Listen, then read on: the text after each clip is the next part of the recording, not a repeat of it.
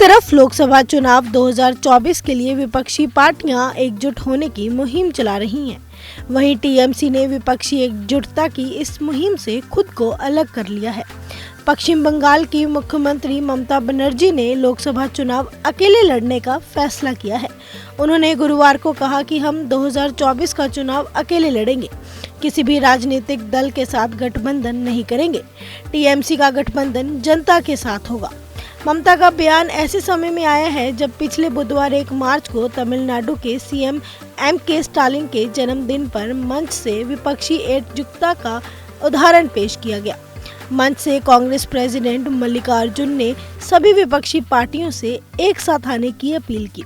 ममता बनर्जी ने ये भी कहा कि जो भाजपा को हराना चाहते हैं वो टीएमसी को वोट करेंगे।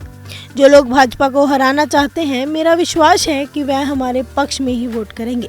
उन्होंने दावा किया कि लोग उनके साथ हैं और उम्मीद जताई है कि 2024 लोकसभा चुनाव में भी ऐसा ही होगा। दरअसल बंगाल सीएम त्रिपुरा विधानसभा चुनाव के नतीजे के संबंध में बोल रही थी। ममता ने कहा, जो लोग सीपीआई और कांग्रेस को वोट दे रहे हैं, असल में वो भाजपा को ही वोट दे रहे हैं। यह सच्चाई आज ही सामने आ गई है। बता दें कि टीएमसी को त्रिपुरा विधानसभा चुनाव में एक भी सीट नहीं मिली है। ममता बनर्जी ने सागरदीघी में कांग्रेस लेफ्ट गठबंधन के प्रत्याशी की जीत के बाद बड़ा दावा किया है। उन्होंने कहा कि भाजपा ने सागरदीघी विधानसभा चुनाव में अपने वोट कांग्रेस को ट्रांसफर किए हैं। ममता का ये बयान सागरदीघी उपचुनाव में कांग्रेस के बायरन बिस्वास की लगभग 23,000 वोटों से जीत के बाद आया है। ये पहली बार नहीं है जब कांग्रेस पर टीएमसी की ओर से तल्ख टिप्पणी हुई हो।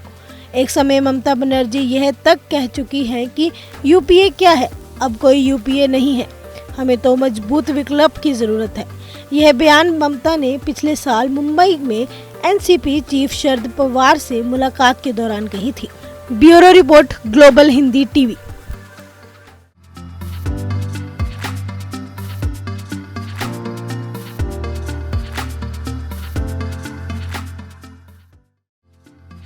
एक तरफ लोकसभा चुनाव 2024 के लिए विपक्षी पार्टियां एकजुट होने की मुहिम चला रही हैं। वहीं टीएमसी ने विपक्षी एकजुटता की इस मुहिम से खुद को अलग कर लिया है। पश्चिम बंगाल की मुख्यमंत्री ममता बनर्जी ने लोकसभा चुनाव अकेले लड़ने का फैसला किया है। उन्होंने गुरुवार को कहा कि हम 2024 का चुनाव अकेले लड़ेंगे, किसी भी राजनीतिक दल के साथ गठबंधन नहीं करेंगे। टीएमसी का गठबंधन जनता के साथ होगा। ममता का बयान ऐसे समय में आया है जब पिछले बुधवार 1 मार्च को तमिलनाडु के सीएम एम.के. स्टालिन के जन्मदिन पर मंच से विपक्षी एकजुटता का उदाहरण पेश किया गया। मंच से कांग्रेस प्रेसिडेंट मल्लिकार्जुन ने सभी विपक्षी पार्टियों से एक साथ आने की अपील की। ममता बनर्जी ने ये भी कहा कि जो भाजपा को हराना चाहते हैं वो टीएमसी को वोट करेंगे। जो लोग भाजपा को हराना चाहते हैं, मेरा विश्वास है कि वह हमारे पक्ष में ही वोट करेंगे।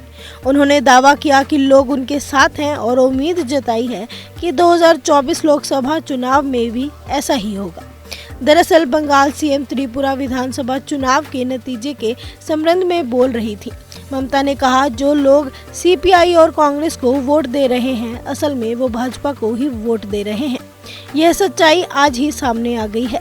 बता दें कि टीएमसी को त्रिपुरा विधानसभा चुनाव में एक भी सीट नहीं मिली है। ममता बनर्जी ने सागरदीघी में कांग्रेस लेफ्ट गठबंधन के प्रत्याशी की जीत के बाद बड़ा दावा किया है। उन्होंने कहा कि भाजपा ने सागरदीघी विधानसभा चुनाव में अपने वोट कांग्रेस को ट्रांसफर किए हैं। ममता का ये बयान सागरदीघी उपचुनाव में कांग्रेस के बायरन बिस्वास की लगभग 23,000 वोटों से जीत के बाद आया है। ये पहली बार नहीं है जब कांग्रेस पर टीएमसी की ओर से तल्ख टिप्पणी हुई हो।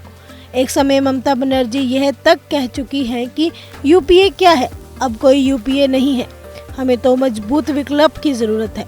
यह बयान ममता ने पिछले साल मुंबई में एनसीपी चीफ शरद पवार से मुलाकात के दौरान कही थी। Bureau report, global Hindi TV. ऐसी ही तमाम जानकारी के लिए देखते रहें ग्लोबल हिंदी टीवी और चैनल को लाइक, शेयर और सब्सक्राइब करना ना भूलें।